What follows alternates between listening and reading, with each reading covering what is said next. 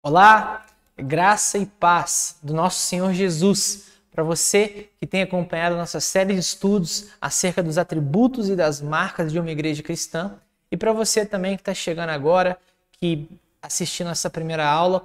Bom, nós estamos na nossa quarta aula dessa série e nós estamos trabalhando especificamente ao longo dessas últimas aulas os atributos da igreja. E lembrando que quando nós falamos de atributos da igreja, nós estamos falando acerca daquilo que procede de uma ênfase na obra trinitária, ou seja, é o Deus triuno, Deus Pai, Deus Filho, Deus Espírito Santo, que confere esses atributos para a igreja. Não é uma obra humana, não é algo que dependa do esforço ou da fidelidade humana, mas é algo que o próprio Deus Trino, Deus Pai, Deus Filho, Deus Espírito Santo, distribui, ou seja, outorga à igreja cristã. Bom, na aula de hoje, nós vamos falar a respeito daquilo que nós podemos chamar de uma comunidade universal. Talvez pelo termo universal você já consegue ter uma visão, um vislumbre do que nós vamos falar acerca desse atributo de hoje. Mas antes da gente começar a nossa aula, vamos fazer a nossa oração, entregando esse momento a Deus, tirando esse tempinho para que pedir a Deus para que Deus conceda a nós um entendimento, um amor por esse tipo de ensino, por esse tipo de conhecimento, para que isso redunde em prática. Amém? Deus, nós oramos ao Senhor, pedimos que pela Tua graça o Senhor nos conduza nesse estudo, que essas verdades, que o estudo da Tua Palavra, que o estudo acerca das Suas doutrinas, que o estudo acerca daquilo que o Senhor deixou para nós cristãos, mude o nosso coração, que isso impulsione a nossa vida no cumprimento da missão, que esses atributos da igreja estudados até aqui não sejam conhecimentos adquiridos apenas de forma teórica, mas que redundem, Deus, para a Tua glória em prática. Essa é a nossa oração. No nome de Jesus, amém. Bom, como nós falamos, essa aula de hoje trabalha um dos atributos da igreja, e esse atributo é o atributo da catolicidade da igreja. Não se espante porque nós usamos um termo diferente no começo, comunidade universal. E universal é sinônimo de católico ou da catolicidade. Dizer que a igreja é universal é a mesma coisa que dizer que a igreja é católica. Dizer que a igreja se manifesta de forma universal é a mesma coisa que dizer que a igreja se manifesta de forma católica. E por isso, a primeira coisa que nós vamos fazer para poder entender um pouquinho melhor esse conceito de catolicidade, essa ideia da catolicidade, é fazer uma leitura de Gênesis capítulo 17, do versículo 1 até o versículo 7. Eu marquei esse texto com uma partezinha em amarelo, e eu peço que você faça a leitura dessas partes, afixe isso no seu pensamento e faça um exercício para poder desenvolver talvez um pensamento acerca dessa aula, do que vai tratar a ideia de catolicidade. Qual é a ideia de catolicidade a partir desse texto, das partes que nós marcamos. Se você conseguir fazer isso, parabéns, você conseguiu entender a relação de Antigo e Novo Testamento logo de cara. Caso não tenha conseguido, não se sinta constrangido, isso é extremamente normal, é uma questão não tão simples, mas que nós também vamos observar na aula de hoje. E o texto diz o seguinte, Gênesis capítulo 17, do versículo 1 até o versículo 7. Quando atingiu Abrão a idade de 99 anos, apareceu-lhe o Senhor e disse-lhe, eu sou Deus Todo-Poderoso. Anda na minha presença e sê perfeito. Farei uma aliança entre mim e te multiplicarei extraordinariamente. Prostrou-se Abrão, rosto em terra, e Deus lhe falou, quanto a mim, será contigo a minha aliança, serás pai de numerosas nações. Abraão não será o teu nome, e sim Abraão, porque por pai de numerosas nações te constituí. Far-te-ei fecundo extraordinariamente, de ti farei nações, e reis procederão de ti. Estabelecerei a minha aliança entre mim e ti, e a tua descendência no decurso das suas gerações, aliança perpétua, para ser o teu Deus e da tua descendência. Bom, esse texto ele está no Antigo Testamento, no primeiro livro da Bíblia, em Gênesis. E talvez a gente se espante dizendo, poxa, mas a gente não está falando acerca de igreja, que é uma coisa do Novo Testamento? Bom, não. Como nós já falamos em algumas aulas anteriores, a ideia de igreja ela está presente desde o Antigo Testamento, lançando mão aqui de um conceito, de uma tese de João Calvino, dizendo que no Antigo Testamento a igreja se encontrava num estado infante, ou era a igreja infante, a igreja em crescimento, a igreja que ainda era infantil, embrionária. Lá como se fosse uma semente plantada para que no Novo Testamento germinasse. E nesse sentido, aqui a gente está tendo contato com a primeira ideia da aliança de Deus com Abraão acerca da sua sementinha do que seria a igreja de Cristo. E por aí a gente começa a perceber quando Abraão é chamado a ser pai de numerosas nações e que seria constituído pai dessas numerosas nações, que o caráter da catolicidade da igreja tem muito a ver com isso. Mas antes da gente explicar melhor o que é a catolicidade ou esse atributo, a gente vai percorrer esse caminho, lógico, primeiro conceituando o que é a catolicidade, depois mostrando o contraste entre Antigo e Novo Testamento e depois mostrando a relevância da catolicidade para a nossa vida. Antes da gente fazer isso tudo, a gente precisa primeiro desconstruir uma ideia muito comum nos dias de hoje acerca do que é uma igreja católica. Antes da gente entender o que é preciso que a gente desconstrua o que não é uma igreja católica. Bom, apesar de receber o nome, de receber o atributo no seu nome, a Igreja Católica Romana é diferente de nós dizermos que nós estamos em uma igreja católica. Como assim? Nós da Igreja Presbiteriana podemos dizer que somos uma igreja católica, assim como qualquer igreja fiel ao Evangelho e fiel às Escrituras. Igreja Católica Romana não necessariamente tem a ver com isso. Quando nós olhamos para esse nome, Igreja Católica Romana, nós fazemos alusão diretamente à igreja que hoje recebe a maioria dos cristãos no nosso país, no Brasil. A maioria dos professos cristãos fazem parte da Igreja Católica Romana. E isso é muito importante da gente fazer essa diferenciação. Por quê? Nós estamos em um país que é predominantemente católico romano e não é difícil que nós façamos essa confusão em dizer que esse país é predominantemente católico, associando isso ao atributo da catolicidade ou ao atributo da romanização da igreja. O problema todo é o seguinte: quando a Igreja Católica Romana é constituída, e isso acontece por uma jogada política muito interessante do imperador Constantino em 313 d.C., quando o imperador romano ele começa a fomentar, a incentivar e até mesmo a aderir aos cultos cristãos, ele começa a dar margem para que o Estado romano aderisse a essa religião cristã como oficial do império, do Estado.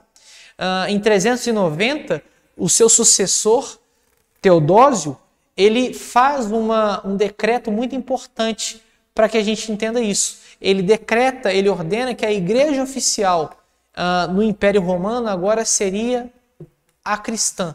A religião oficial seria a mesma professada pelos cristãos.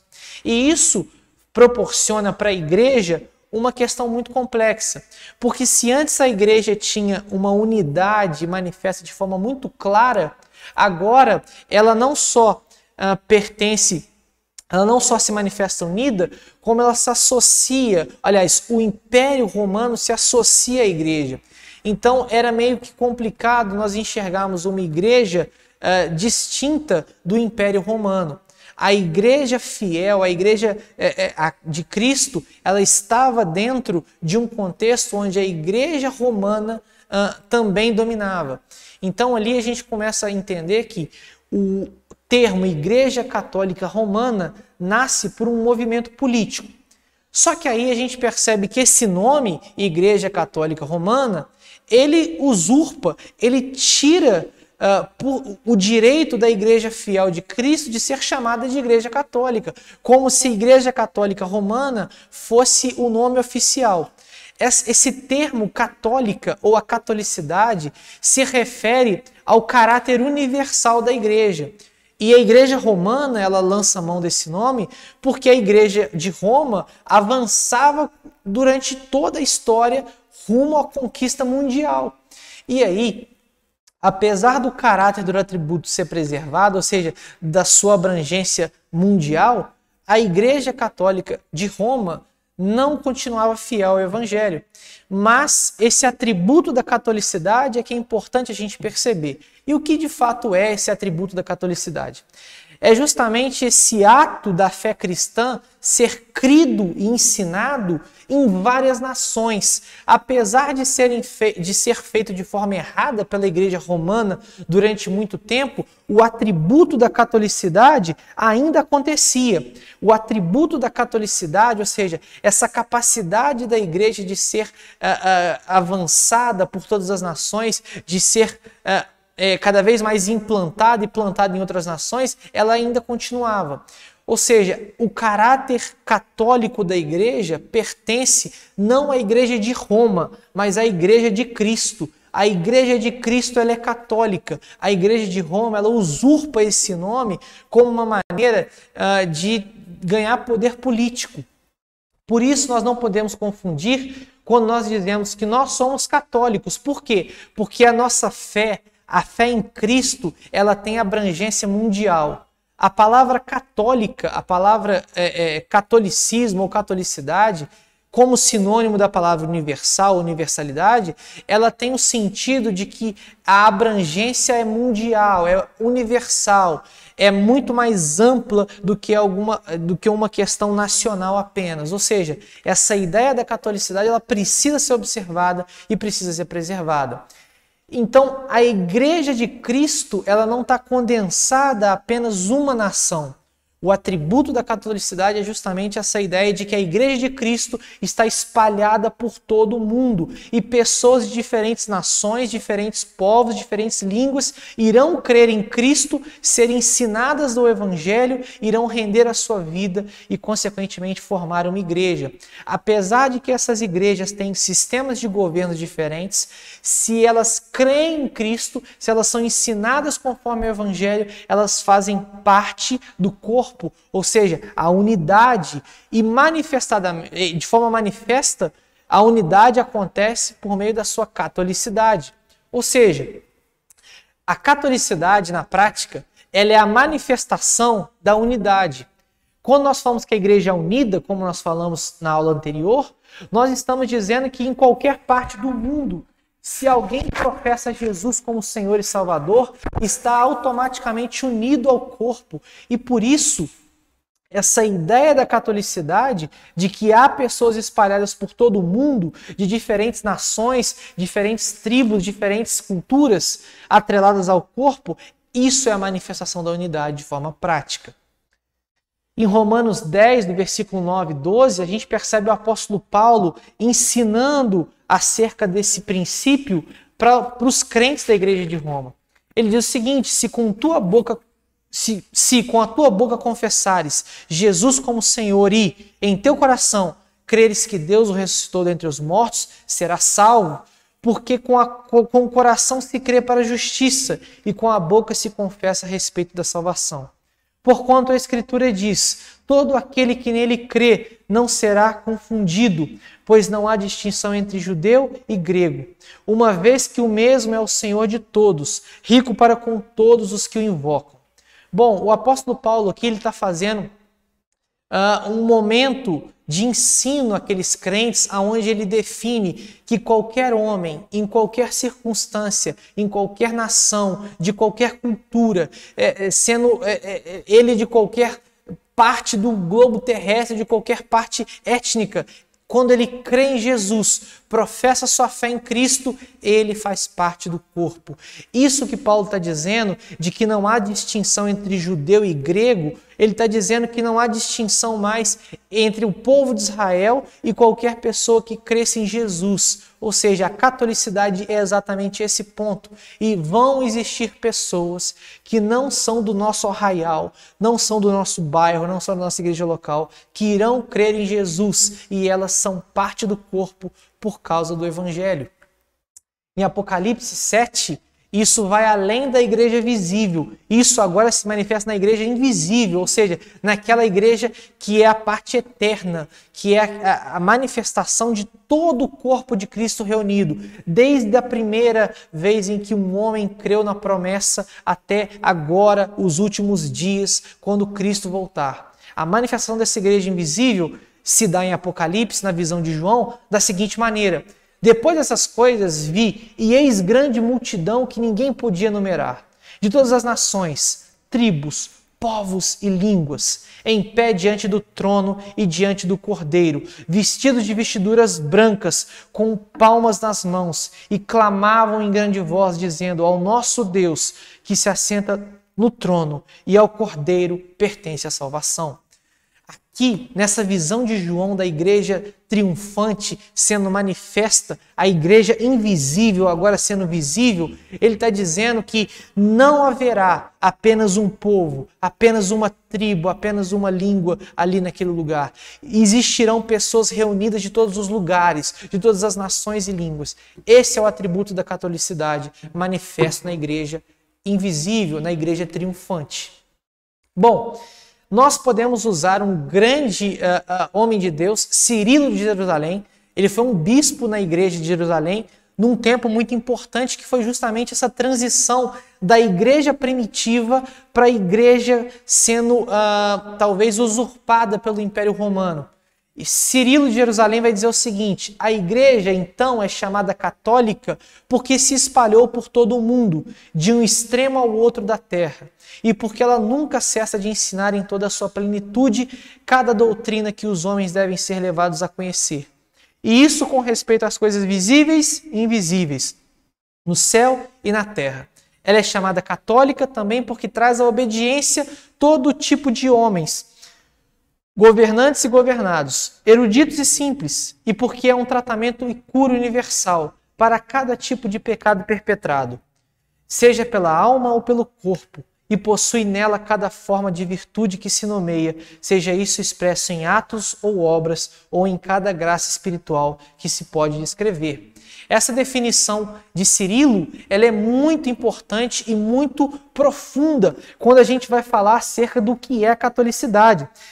Cirilo ele nomeia a igreja como católica justamente porque ela está espalhada pelo mundo, porque ela ensina o evangelho por todo o mundo, porque o evangelho se faz conhecido em todo o mundo e porque pessoas que têm os pecados dos mais variados, são das mais variadas culturas, são perdoadas pelo evangelho. Ou seja, esse é o caráter católico da igreja. Qualquer homem que crer em Jesus, qualquer mulher que crer em Jesus, qualquer jovem que crer em Jesus, independente do seu contexto, do seu pecado, ele vai ser parte do corpo e unido à igreja. Por isso, nós não podemos dizer que a igreja está restrita a um momento no qual ela só é uma nação ou só é uma igreja local. A igreja é católica, ela está espalhada pelo mundo, ela está espalhada por todo o globo terrestre. Por isso, entendendo essa realidade, e é muito importante que a gente entenda esse conceito, existe uma relação entre o Antigo e o Novo Testamento, entre aquilo que nós vimos acerca da igreja, ou seja, a relação daquilo que a igreja era no Antigo Testamento, quando nós vimos lá em Gênesis 17, e aquilo que ela é no Novo Testamento. Deus, ele sempre conduziu o seu povo por meio da aliança. A aliança, ela sempre foi a maneira pela qual Deus administrou o seu povo. Ainda que isso acontecesse de forma diferente, como nós vemos nesse quadro, como Noé foi diferente de Abraão, foi diferente de Moisés, foi diferente de Davi. Mas existe uma similaridade na maneira como Deus administrava essas alianças. Por quê?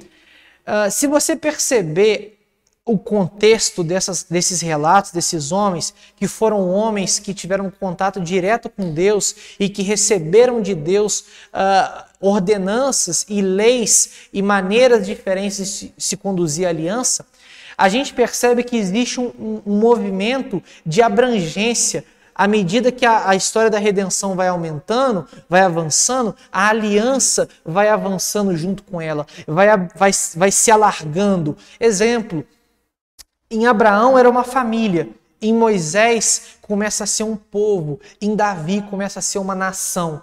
E até a realidade do Novo Testamento, esse processo ainda estava sendo conduzido.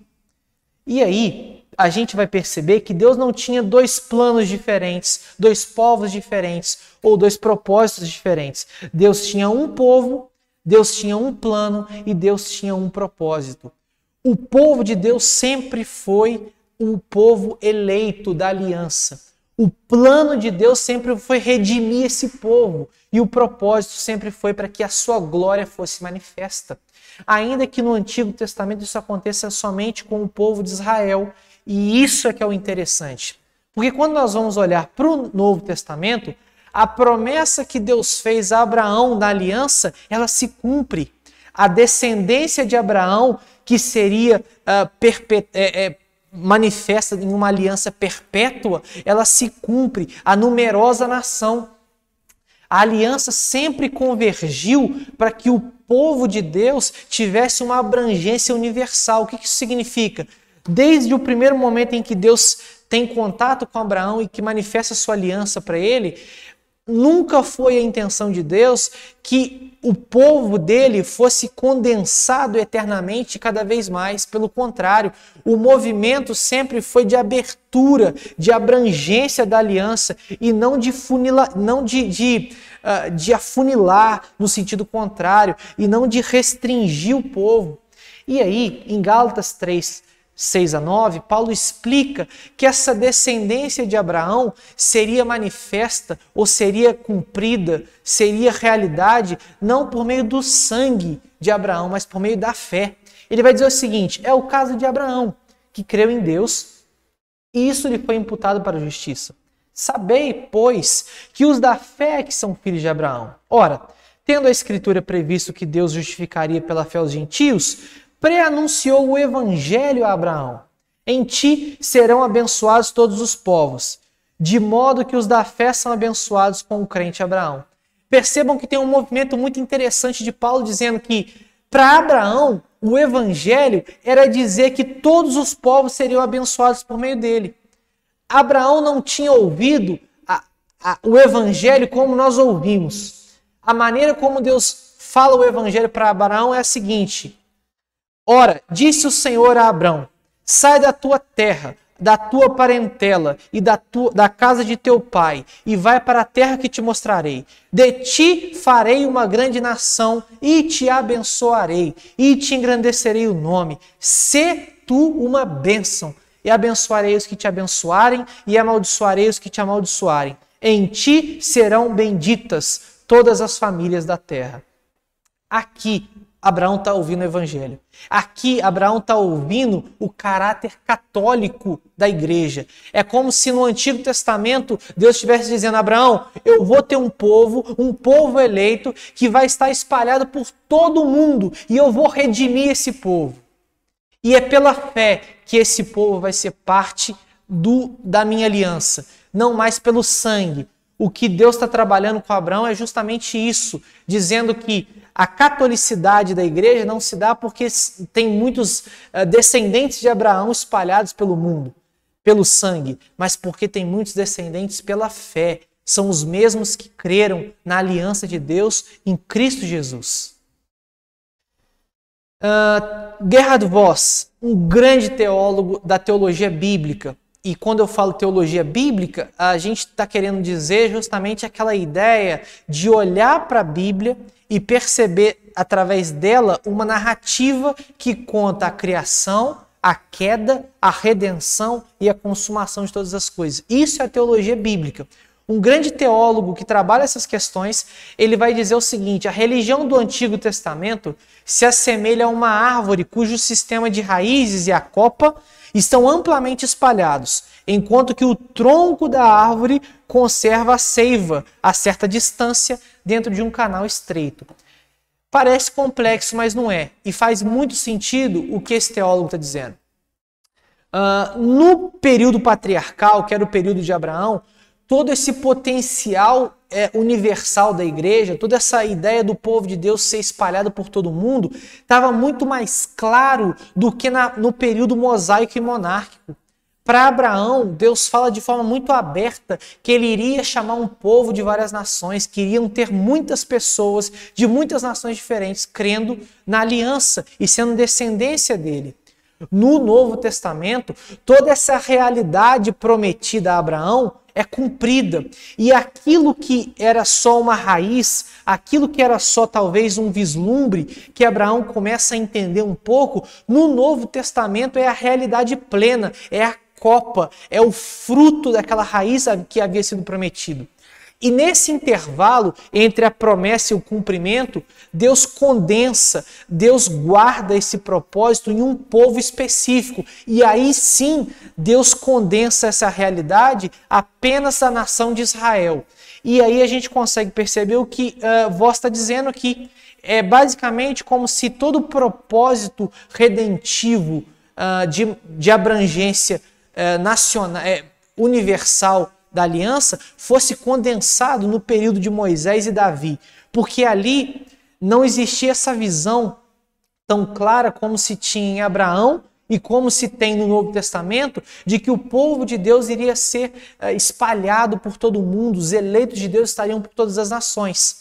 Ainda assim, não se diz que não houvesse essa intenção, mas de que ela apenas estava condensada, guardando a seiva, conservando aquele potencial para que ele pudesse acontecer no Novo Testamento na sua plenitude. É como se Deus confiasse à nação de Israel o seu propósito naquele momento, para que no Novo Testamento esse propósito se cumprisse e se cumprisse de forma plena, de forma abrangente, como foi prometido a Abraão. A história dos patriarcas é mais universalista do que do período mosaico. Ou seja, se você olhar as promessas de Deus a Abraão, são mais universalistas, englobam mais as nações gerais, os outros povos, do que quando Deus trata com Moisés e com Davi. Se você analisar o contexto de Êxodo, Levítico, Deuteronômio, até Números, e depois olhar 1ª e 2ª Samuel, você vai perceber que quando Deus trata com Moisés, trata com Davi, não está tão claro assim essa ideia da universalidade do povo de Deus. Ou seja, que iriam ter várias pessoas crendo e participando dessa aliança. Quando o povo foi organizado como nação e se destacou das outras nações pelas regulamentações da lei, o plano universalista foi de alguma maneira forçado a recuar para os bastidores. O que Voss está dizendo aqui é que naquele momento onde o povo se organiza como nação, ou seja, quando as 12 tribos são divididas, quando as leis são dadas em Levítico, quando Davi é constituído rei, nesse momento de organização, parece que esse plano católico, parece que esse plano universal da aliança de Deus, ele é jogado para os bastidores. Mas ele só é jogado para os bastidores, não quer dizer que ele deixa de existir. Isso é importante para que a gente entenda que no Antigo Testamento, Deus manifestou na eleição o plano para redimir um povo espalhado pelo mundo. Ele manifesta isso em Abraão. Ele manifesta essa intenção. No Novo Testamento, isso se torna realidade. No Novo Testamento, Deus começa a chamar homens de diferentes nações, os gentios. E a catolicidade é o cumprimento dos termos da aliança de Deus com o seu povo. Os termos que Deus promete a Abraão no Antigo Testamento são cumpridos no Novo Testamento por meio da catolicidade.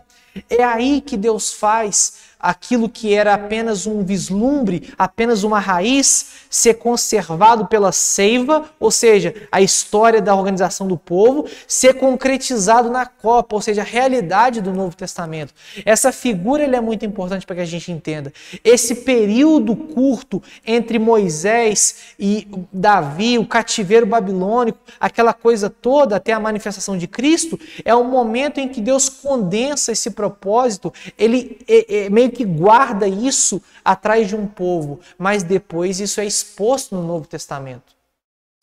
A ideia de teologia bíblica vai ajudar a gente a entender isso melhor, porque assim como o Michael Horton define, e muito bem definido, nós também precisamos olhar. As noções de aliança e escatologia estão juntas. Promessa e cumprimento estão juntos, ou seja, quando eu olho para uma promessa, eu tenho que olhar também para o cumprimento. Quando eu olho para a aliança, eu tenho que olhar para a escatologia. Quando eu olho para Deus prometendo, eu olho para Deus cumprindo isso no novo. Quando eu olho para Deus fazendo aliança, eu olho para Deus vindo em glória, restaurando todas as coisas. Por isso que é importante essa ideia de entender as Escrituras dentro da sua narrativa. Essa é a relação do Antigo e Novo Testamento. O conceito da catolicidade é a ideia de que Deus chama um povo, de que Deus tem um povo, de que a Igreja de Cristo está espalhada por todo o mundo, várias tribos, várias nações, vários lugares. E a relação disso com o Antigo Testamento é que desde o Antigo Testamento isso foi prometido a Abraão. Desde o Antigo Testamento isso era uma promessa, isso era a intenção de Deus com o seu povo. E na prática, isso existe uma relação ou uma relevância com a nossa vida hoje. Por quê? Entender essa perspectiva católica do povo de Deus nos impulsiona para a missão. A catolicidade nos impulsiona para uma vida missional. Quando nós olhamos Mateus 28, 19 e 20, a grande comissão de Jesus, ele está pressupondo que os discípulos entendem que todas as nações iriam ouvir o Evangelho. Ele vai dizer, ide, portanto, fazei discípulos de todas as nações, batizando-os em nome do Pai, do Filho e do Espírito Santo, ensinando-os a guardar todas as coisas que vos tenho ordenado. E eis que estou convosco todos os dias até a consumação do século. Isso é importante, pessoal, porque quando nós entendemos esse propósito de Deus desde o Antigo Testamento, quando nós entendemos a catolicidade, nós vivemos a missão de Deus muito mais conscientes de que no nosso bairro, na esquina da nossa casa, no nosso colégio, na nossa faculdade, no nosso trabalho, na nossa vida, existem eleitos de Deus espalhados ao longo da nossa história, ao longo das nações. Existe um eleito de Deus no seu bairro, existe um eleito de Deus nesse país, nessa cidade, que nós talvez julgássemos improvável. Aquela pessoa que nós talvez pensássemos, não é possível. A catolicidade existe como atributo da igreja para dizer que tudo é possível ao Deus da aliança, inclusive chamar pessoas de fora do arraial, de fora do tradicional, de fora daquele lugar convencional. Isso nos impulsiona a uma vida missional. A gente tem que olhar para isso e perceber que as pessoas ao nosso redor não são colocadas ali de forma despretensiosa. Pelo contrário, Deus ele orquestra, ele trabalha rumo ao fortalecimento do seu povo, justamente impulsionando o seu povo no cumprimento da missão. A catolicidade me permite entender que as pessoas mais improváveis podem ser salvas por meio do Evangelho de Cristo. Isso é o bacana da catolicidade. Além disso, a catolicidade fortalece a nossa experiência com a unidade. Lembrando da nossa última aula, aquela que nós tivemos com o nosso irmão Ziel, em que nós trabalhamos muito a ideia da unidade, nós experimentamos mais a unidade quando nós definimos que a igreja de Cristo não está limitada a essa igreja local. Quando nós entendemos que por causa da catolicidade da igreja, as pessoas que creem em Jesus de outra cidade, de outro país, de outro bairro, também são parte do corpo. Isso faz com que nós experimentemos a unidade de forma mais clara. Em Efésios 2, 14 e 18, Paulo está trabalhando com os gentios e explicando essa realidade. Porque ele é a nossa paz, o qual de ambos fez um, e tendo derribado a parede da separação que estava no meio, a inimizade, aboliu na sua carne a lei dos mandamentos na forma de ordenanças, para que dos dois criasse um novo homem, fazendo a paz, e reconciliasse ambos em um só corpo com Deus, por intermédio da cruz, destruindo por ela a inimizade. E vindo, evangelizou paz a vós outros que estáveis longe e paz também aos que estavam perto. Porque por ele ambos temos paz, temos acesso ao Pai em um Espírito. Paulo está dizendo, os que estavam longe, os gentios, e os que estavam perto, os judeus, tanto um quanto o outro são evangelizados por Cristo, pelo Evangelho. Eles são parte do povo. Isso faz com que os gentios, nesse contexto, experimentem a unidade. Esse atributo da catolicidade também faz isso conosco hoje. Nós experimentamos a unidade de Cristo com a igreja da China, com a igreja dos Estados Unidos, com a igreja batista, com a igreja Assembleia de Deus, porque a catolicidade mostra que apesar dos diferentes sistemas de governo, apesar das diferentes localidades, diferentes nações, nós estamos espalhados por meio do Evangelho, mas ainda assim somos um só corpo. Ainda assim temos a nossa firmeza em Cristo como um povo só.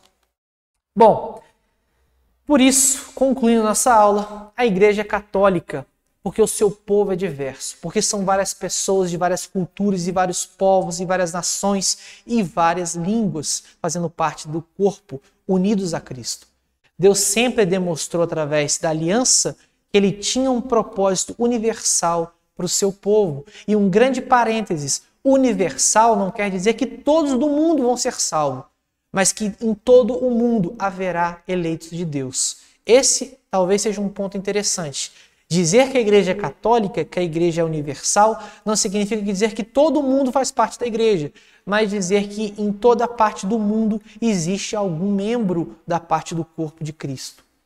Essa verdade nos traz uma responsabilidade missional.